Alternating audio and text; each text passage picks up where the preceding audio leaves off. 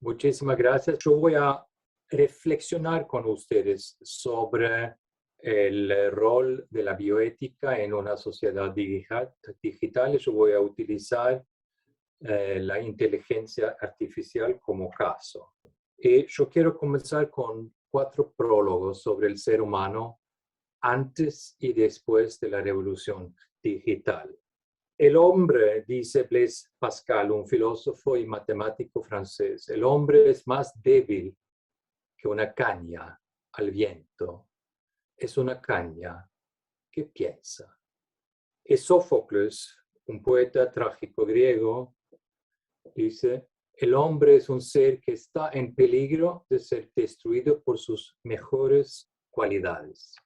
Y Albert Schweitzer, que era un teólogo, filósofo, músico y médico francés, dijo, la estupidez del ser humano es la cosa más grande que Dios ha creado. Autodescripción del ser humano un poquito irónico, pero yo creo también con un elemento de verdad.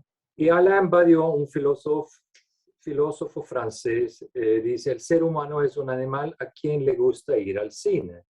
Y yo creo que estas 4 características es importante tener en consideración cuando reflexionamos sobre la relación entre el ser humano y una inteligencia no natural, sino una inteligencia creada por los seres humanos, una inteligencia artificial. Algunas observaciones sobre estos 4 prólogos. La cita de Pascal se centra en la vulnerabilidad básica del hombre, a pesar de su superioridad cognitiva, mientras que Sófocles describe al ser humano como un gigante cognitivo que, éticamente hablando, es miope y de baja estatura. Y Schweitzer enfatiza la fragilidad de la sabiduría humana, mientras Badiou toca otro rasgo distinto del ser humano, nuestro cultivo de la ficción, nuestra capacidad de imaginarnos, nuestra capacidad de la imaginación narrativa. ¿Qué es la revolución digital? Acá hay una breve definición, una definición técnica. La revolución digital es un fenómeno que lleva experimentado la sociedad desde los 1950. Esto a partir de la aparición de nuevas tecnologías digitales, así como de su implantación en la empresa, lo que ha provocado un cambio disruptivo en la sociedad y en la economía. ¿Qué es la inteligencia artificial? La inteligencia artificial es la combinación de algoritmos planteados con el propósito de crear máquinas que imitan las funciones cognitivas de seres humanos, incluyendo aquellas capacidades como la capacidad humana sensitiva, la interacción del lenguaje, llevar a cabo funciones analíticas, razonamiento, resolución de problemas y aún producir trabajos creativos. Esas máquinas inteligentes pueden también tener capacidades de aprendizaje como los seres humanos y autocorrección, incluso realizando ciertas formas de aprendizaje independiente.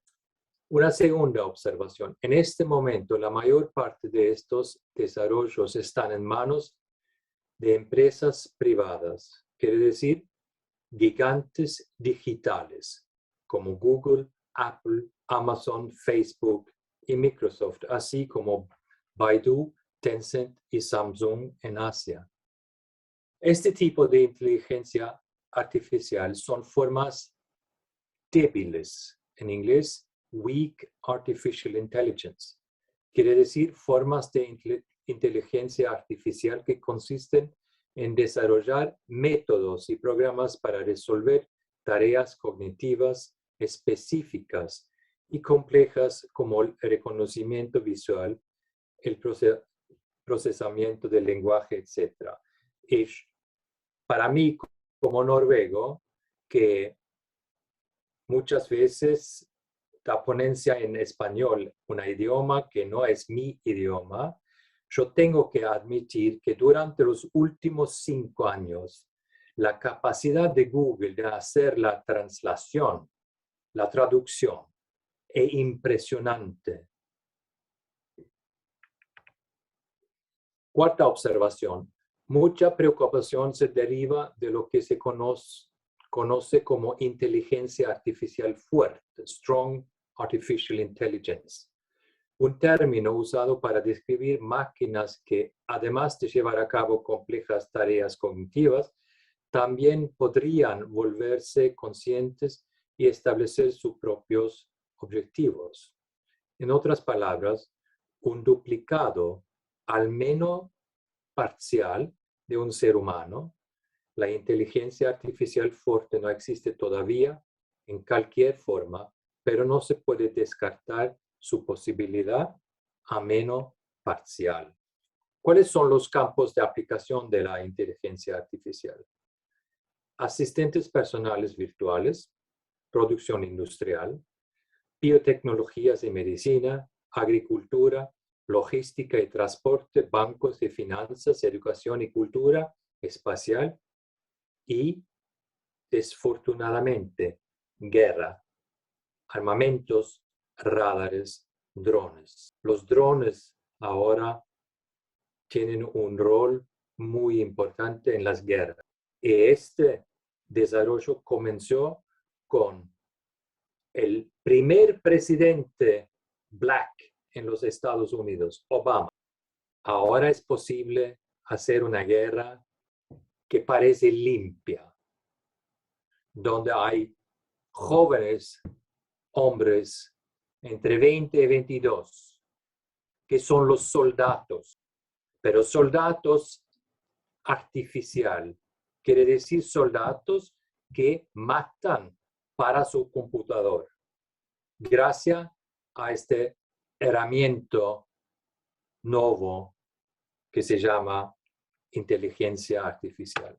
Vamos a pensar, yo voy a citar ahora algunos párrafos de una publicación de UNESCO que fue publicado en 2018, Human Decision Thoughts on Artificial Intelligence.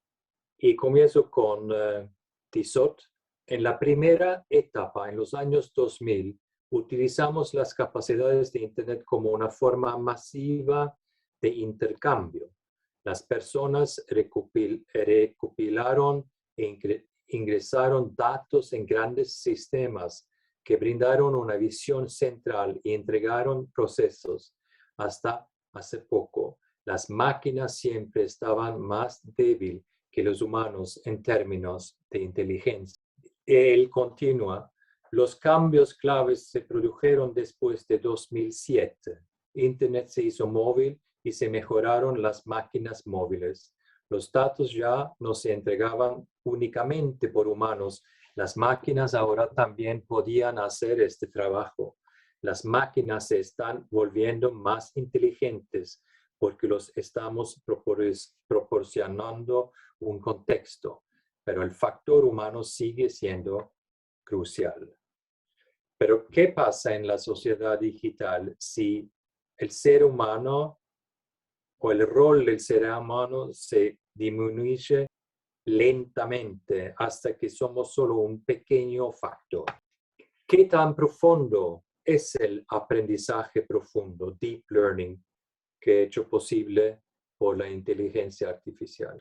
Dice León en un otro artículo en esta misma publicación, los algoritmos de la inteligencia artificial existentes están diseñados generalmente para realizar una tarea específica, realizar, por ejemplo, una acción específica o intentar predecir el futuro a partir de datos pasados.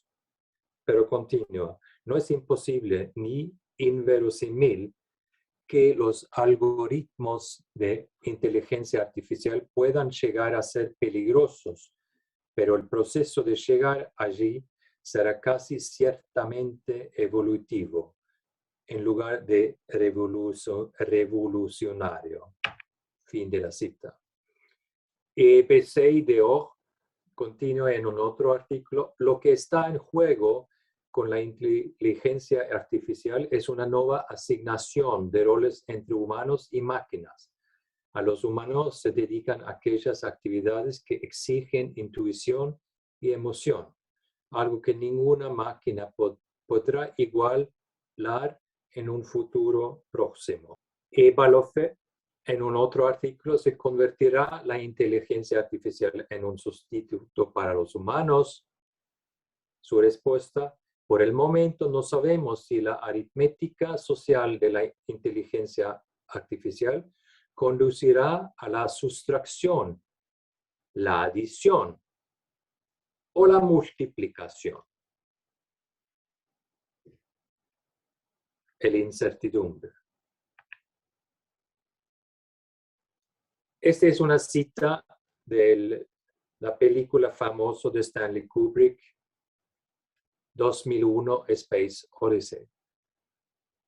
La máquina que habla con Dave: lo siento, Dave, me temo que no puedo hacer eso.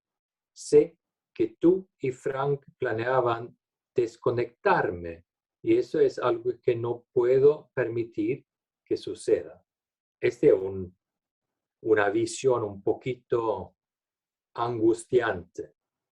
Y Marouani, en un otro artículo en la misma publicación de UNESCO, dice: cualquier sistema de inteligencia artificial tendrá la oportunidad de convertirse en un motor clave de cambio y anticipación. La máquina de la inteligencia artificial no se limitará a aprender cómo hacer las cosas. Su verdadera ambición es aprender a aprender, luego elegir y quizás algún día poseer una especie de instinto inteligente y artificial. Es interesante en esta cita que él ya habla sobre esta máquina, que esta máquina tiene ambiciones. Ambiciones normalmente es una palabra que utilizamos en relación con seres humanos, no con máquinas. Y él cita también esta película. Mira, Dave, puedo ver que estás realmente molesto por esto. Sinceramente, creo que deberías sentarte con calma, tomar una pastilla para el estrés y pensar en las cosas. Pensar en las cosas. La máquina dice a Dave. Dos preguntas pertinentes. ¿Qué calidades y capacidades deben desarrollar los humanos para mantener cierto grado de control en la era de la inteligencia artificial? Yo creo que esta es una pregunta muy pertinente también para la bioética en este periodo. ¿Y qué principios y valores éticos son relevantes? Yo voy a reflexionar sobre tres diferentes respuestas de tres diferentes agencias internacionales. La primera respuesta del World Economic Forum dice en un reporte, un informe que fue publicado en 2016, calidades requeridas para que una profesión sobreviva en el mundo de la inteligencia artificial. Involucramiento en actividades complejas de percepción y manipulación, nuevas ideas y nuevas formas de resolver problemas, negociación, persuasión, empatía y cuidado. Exigir que el individuo sea altamente adaptable a diferentes contextos y situaciones. Si esta es la respuesta del World Economic Forum, yo creo que es verdad de decir que alrededor de 65% de la población en el mundo está ya afuera. La segunda respuesta es desde el enfoque de las capacidades de Martha Nussbaum. Ella, en su pequeño libro sobre las capacidades humanas, una lista de 10 capacidades, yo voy a mencionar estas capacidades con alusiones a estos desafíos. La primera, vida. Poder vivir hasta el término de una vida humana de duración normal. 2, salud física, incluida la salud reproductiva. Integridad física. Sentidos, imaginación y pensamiento. Ella continúa. Poder utilizar los sentidos, la imaginación, el pensamiento y el razonamiento, y hacerlo de un modo verdaderamente humano, un modo formado y cultivado por una educación adecuada que incluya la alfabetización y la formación matemática y científica básica. Poder usar la imaginación y el pensamiento para la experimentación y la producción de obras y actos religiosos, literarios, musicales. Poder usarla propiamente en condiciones protegidas por las garantías de la libertad de expresión político y artística y por la libertad de la práctica religiosa. 5. Emociones. Poder sentir apego por cosas y personas externas a nosotros y nosotros mismos. En general, poder amar, apenarse, sentir añoranza, gratitud y indignación justificada. 6. Razón práctica. Poder formarse una concepción del bien y reflexionar críticamente acerca de la planificación de la propia vida. 7. Afiliación. Poder vivir con y para y los demás, reconocer y mostrar interés por otros seres humanos, participar en formas diversas de interacción social, ser capaces de imaginar la situación de otro u otra. 8. Otras especies. Poder vivir una relación próxima y respetuosa con los animales, las plantas y el mundo natural. 9. Juego. Poder reír, jugar y disfrutar de actividades recreativas. 10. Control sobre el propio entorno. Político. Poder participar de forma efectiva en las decisiones políticas que gobiernan nuestra vida. Material. Poder poseer propiedades, tanto muebles como inmuebles, y ostentar derechos de propiedad en igualdad de condiciones con las demás personas. Tener derecho a buscar trabajo en un plano de igualdad con los demás. Vamos ahora a reflexionar un poquito sobre las capacidades humanas en frente a la inteligencia artificial, que es un producto de nuestras capacidades. Si tenemos en consideración las 10 capacidades que Nussbaum ha sugerido, creo que será importante imaginarse cómo cada una de estas capacidades pueden verse afectadas para bien o para mal de la inteligencia artificial. Porque tenemos todos esta capacidad de la imaginación narrativa. Primera pregunta. ¿Qué capacidades pueden beneficiarse de tal influencia? ¿La vida? Probablemente. ¿La salud física? Algunos sentidos, sí. Por ejemplo, ahora el uso de diferentes máquinas robóticas en el teatro de operaciones quirúrgicas es una realidad. En relación con la integridad física, sí. Por ejemplo, en la producción de autos y otros vehículos, la inteligencia artificial tiene un rol muy importante para aumentar la seguridad de diferentes vehículos. En relación con sentidos, imaginación y pensamiento, afiliación, sí. Piensa, por ejemplo, durante este periodo de la pandemia. Gracias al Zoom, por ejemplo, gracias a WhatsApp, gracias al Internet, correos electrónicos, era posible de comunicarse durante este periodo. Juego, no sé, control sobre el propio entorno. Eitan, en la misma publicación de UNESCO, dice, en el mundo del trabajo, o sobre el mundo del trabajo, la inteligencia artificial dará un vuelco al mercado laboral a un ritmo más rápido y más amplio que nunca.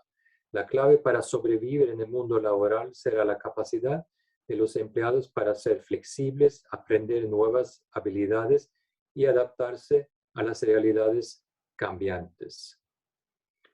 Pero la ironía es que durante esta pandemia no era la tecnología digital o la inteligencia artificial que nos forzaron de aprender nuevas habilidades, de adaptarnos de las realidades cambiantes, de también en nuestro ámbito de trabajo.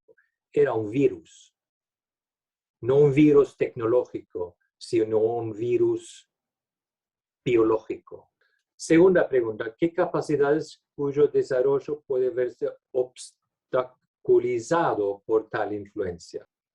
Yo creo que la capacidad que Nussbaum se llama afiliación puede estar dañada. Control sobre el propio entorno, por ejemplo, en el ámbito político, tecnologías que son capaces de analizar, interpretar y manipular masivas bases de datos pueden trascender la capacidad humana de control. Por ejemplo, en el ámbito político, así disminuyendo la posibilidad de participar de forma efectiva en las decisiones políticas que gobiernan nuestra vida. El concepto de postverdad nació en el era de masivas bases de datos y la inteligencia artificial, falsos algoritmos de generación de noticias. Y también control sobre el propio entorno en relación con el mundo de trabajo, pérdida de empleos y creación de nuevos empleos, cambio en la forma de ejercer las profesiones.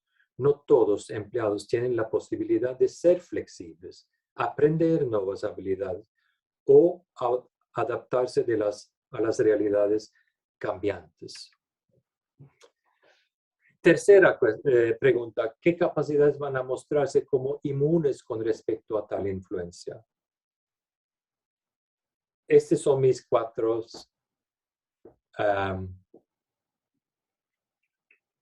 sugerencias. Sentidos, imaginación y pensamiento.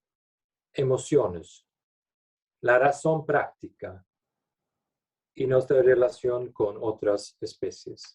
La tercera respuesta es de COMEST, que es el Comité Ético de UNESCO que se ocupa sobre los desafíos éticos en las ciencias naturales y las tecnologías. Doctor, tenemos 5 minutos. Gracias. Ellos identificaron algunos principios éticos y valores relevantes.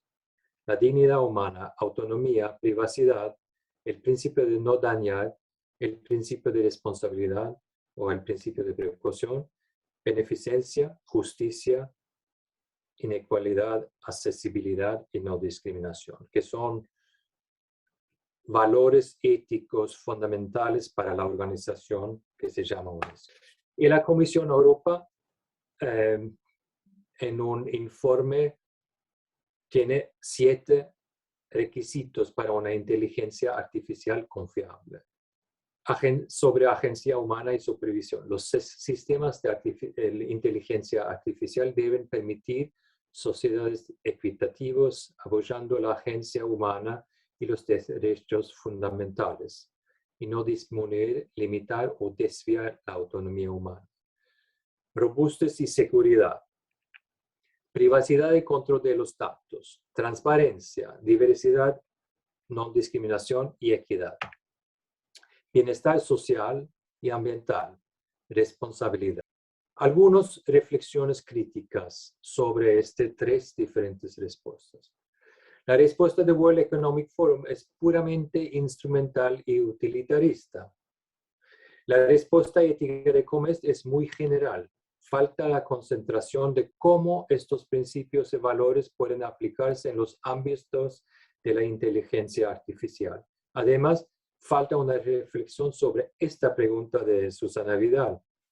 ¿Son necesarios principios y valores éticos nuevos para tomar decisiones y reflexionar éticamente sobre estas tecnologías? Una pregunta muy importante. Y los 7 requisitos de la Comisión Europea no dan cuenta de la inteligencia artificial como una realidad ya de hoy. Por ejemplo, el requisito sobre privacidad y control de los datos es ilusorio. Ningún ciudadano en este mundo tiene control total sobre sus propios datos. Fin de la cita de este informe. Ni el director de la Agencia de Seguridad Nacional en los Estados Unidos. Segundo, un otro ejemplo es requisito sobre agencia humana y supervisión. Es muy probable que estas tecnologías no estarán accesibles para todos y que van a profundizar, no disminuir la división entre países ricos y pobres. La respuesta desde el enfoque de las capacidades tiene una ventaja filosófica en comparación con las otras 3 respuestas. Su enfoque no está en la inteligencia artificial per se, sino en lo que constituye un ser humano en términos de capacidades en frente a la inteligencia artificial. En otras palabras, cambia la perspectiva en la búsqueda de capacidades humanas que distinguen a los humanos de las máquinas, sean máquinas inteligentes, y algunas reflexiones críticas que voy a terminar en 2 minutos y 30 segundos. Tal vez es exactamente estas dimensiones no cognitivas de la inteligencia humana que deberíamos cultivar para manejar y disfrutar del surgimiento de las tecnologías y sistemas de la inteligencia artificial. La acrasia, quiere decir la debilidad de la voluntad. Es muy humana esta capacidad. La conciencia del límite, la incertidumbre y la duda, la falibilidad, la empatía, la imaginación narrativa, la intuición, el miedo, la pena, la risa, la responsabilidad y la vulnerabilidad. 2 conclusiones. La sabiduría humana se nutre de estas dimensiones no cognitivas de la inteligencia humana. Tenemos allí herramientas suficientes para manejar y disfrutar de las diferentes tecnologías y sistemas de la inteligencia artificial en formas sostenibles y evitar que el mundo humano se convierta en esta imagen. Segunda conclusión, mi héroe filosófico es Sócrates. Él fue considerado el hombre más sabio de la Grecia antigua. Su reacción a esta afirmación fue: la única cosa que sé es que no sé nada. En esta afirmación de duda hay esperanza de sabiduría en frente a la inteligencia artificial y de una bioética capaz de navegar en la sociedad digital. Muchas gracias. Muchas gracias, doctor Yang. Abrimos la sección de preguntas, por favor. Doctor, excelente su presentación. Y como bien lo dice usted, lo dice primero de que el cambio de automatización iba a sustituir a la mano de obra, pues también lo menciona en su presentación de que esos cambios ya llegaron, sobre todo en la industria automotriz, en la medicina, y hoy en día con lo que se estudia en la robótica, en la mecatrónica, todo eso ya nos está llevando a los cambios, e inclusive en algunos servicios, en algunos países, ya se están viendo también que la atención, pues ya se está viendo en la sustitución de la mano de obra, ¿verdad? De las personas. Entonces nosotros tenemos que estar preparados para ese cambio, aceptarlo también y actualizarnos, porque si no el cambio nos va a ganar, como el caso de la pandemia que nos vino a hacer, nos acostumbró a otros hábitos. Lo único que hizo es acelerarnos no que lo pudiéramos desconocer, puesto que ya se veían esos cambios, no hubo una aceleración. ¿Qué opina, doctor, de eso? Gracias por el comentario y la pregunta. No sé si aceleración es la metáfora. Yo creo que, yo mencioné Sócrates, es mi héroe filosófico. Yo creo que al contrario, tenemos que pensar, ok, la tecnología en general, nuevas tecnologías pueden cambiar nuestros valores, crear nuevos valores, dañar nuestros valores. Pero la cosa fascinante es que nunca sabemos al anterior en qué dirección una tecnología va a influenciar a nuestros valores. Yo creo que por ejemplo, el World Economic Forum que habla de flexibilidad, de aumentar la plasticidad, de tener la capacidad de cambiarse, etc. Yo creo, puede ser que este es una reflexión de un filósofo puramente teórico. Yo creo que al contrario, tenemos que decir, tenemos que deacelerar y focalizar, como dijo Nussbaum, ¿cuáles son las capacidades verdaderamente humanas? Y yo creo que yo mencioné como capacidades. La capacidad de sentir incertidumbre, duda, miedo, pena, de reírse, de enojarse.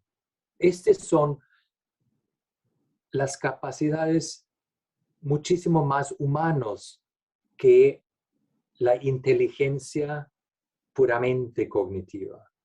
Y yo creo que la inteligencia artificial puede también darnos la posibilidad, para utilizar una expresión metafórica, de repensar qué somos verdaderamente, cuáles son los elementos, las capacidades más características de un ser humano. Y yo creo que no es la inteligencia cognitiva. La inteligencia artificial probablemente va a llegar adelante de nuestras capacidades en un futuro que no es distante. Pero no implica que esta inteligencia va a reemplazar los seres humanos. Yo creo que el desafío es cómo podemos utilizar la inteligencia artificial para desarrollar una antropología más profunda. ¿Qué somos? Muy bueno saber de ti. Muchas gracias. La novela de Orson Welles, 1984, habla apocalípticamente de un sometimiento de las conciencias por parte de los poderes, de los estados que manipulan las decisiones de los seres humanos. ¿Tú crees que estos escenarios con la inteligencia artificial ya están siendo posibles? Piensa este loco que estuvo en la Casa Blanca por hace un año o menos que un año. Sí, yo creo que él ganó gracias a la inteligencia artificial y la posibilidad de utilizar esta nueva tecnología en un modo para producir postverdades. El hecho que por ejemplo, ahora en este periodo de la pandemia, más que 60% de la población en los Estados Unidos están contra de vacunarse. ¿Por qué? yo creo que está relacionado con esta enorme capacidad que estas nuevas tecnologías tienen para producir verdades alternativas, postverdades. Cosa que todas las tecnologías tienen en común es, tienen efectos positivos y pueden tener también efectos colaterales.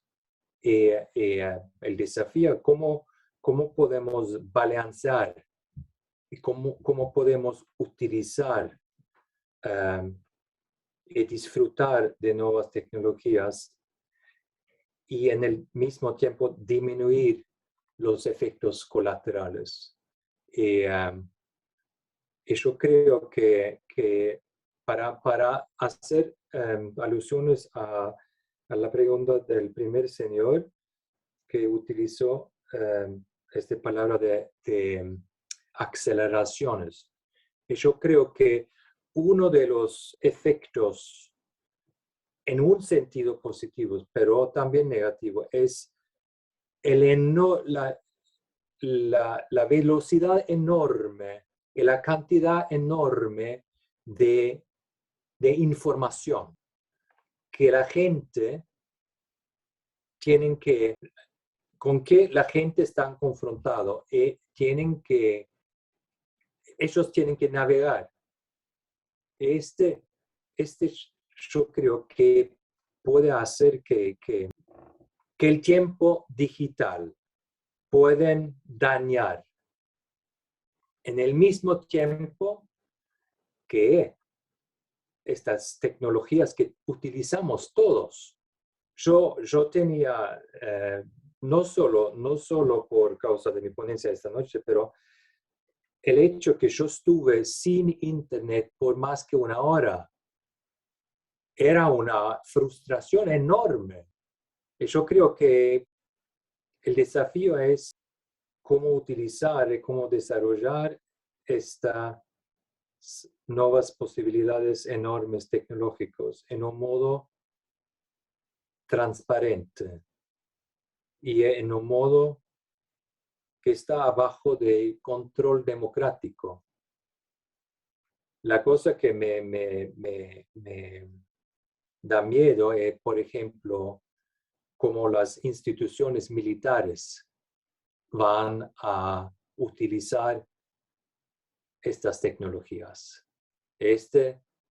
Yo creo que no va a salvar la humanidad, va a poner la humanidad en un peligro más grande que este virus que domina nuestra vida ahora.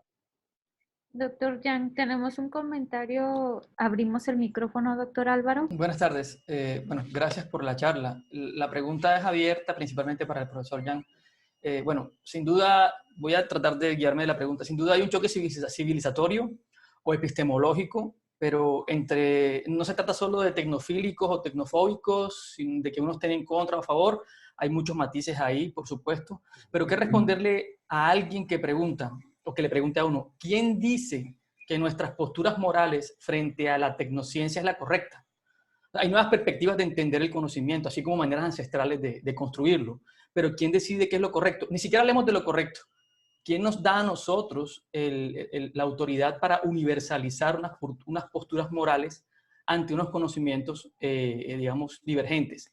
Quiero hacerlo en dos niveles. Perdone que me extiendo un poquito, dos niveles. Dentro de la misma cultura, diferenciando en términos etarios, es decir, los chicos de ahora tienen unas dinámicas y unas lógicas distintas a lo que de pronto otras generaciones tuvieran. Y en el segundo nivel, ya en términos interculturales, ¿no? Es decir, desde Occidente, frente a otro tipo de culturas con pensamientos completamente distintos. En octubre de 2005, 192 miembros de UNESCO adoptaron por aclamación la Declaración Universal sobre Bioética y Derechos Humanos.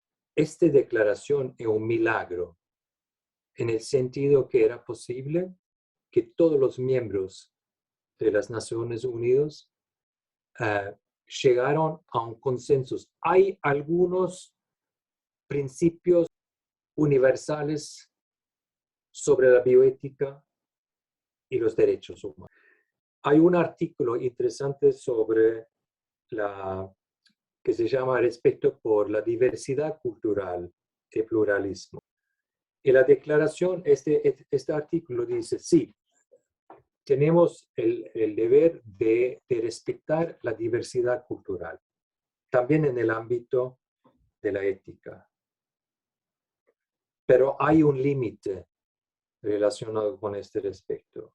En el momento que este respecto implica la violación de un derecho humano fundamental, no es más justificable de respetar esta diversidad cultural. Por ejemplo, cuando Talibán cerró las escuelas para mujeres jóvenes, utilizando el argumento en nuestra cultura, las mujeres no tienen que ir a la escuela. Este fue rechazado inmediatamente. ¿Por qué? Porque era una violación de un derecho fundamental, un derecho humano fundamental, el derecho a la educación. Y yo creo que, ninguno de los principios en la declaración tiene una definición sustancial, pero el hecho que llegaron a identificar en las diferentes culturas la autonomía, la solidaridad, la vulnerabilidad, etcétera, etcétera, son principios fundamentales. Pero el trabajo para llegar a un consenso sustancial, nunca vamos a llegar a este consenso. Pero el hecho que era posible en 2005 a llegar a adoptar una declaración sobre bioética y derechos humanos que todos los miembros estados de UNESCO aceptaron. ¿Ok? La situación hoy es que los Estados Unidos y Israel son miembros de UNESCO. Esperamos que los Estados Unidos van a reentrar. Israel probablemente no. Muy bien, muchísimas gracias, doctor. De esta manera concluimos la participación.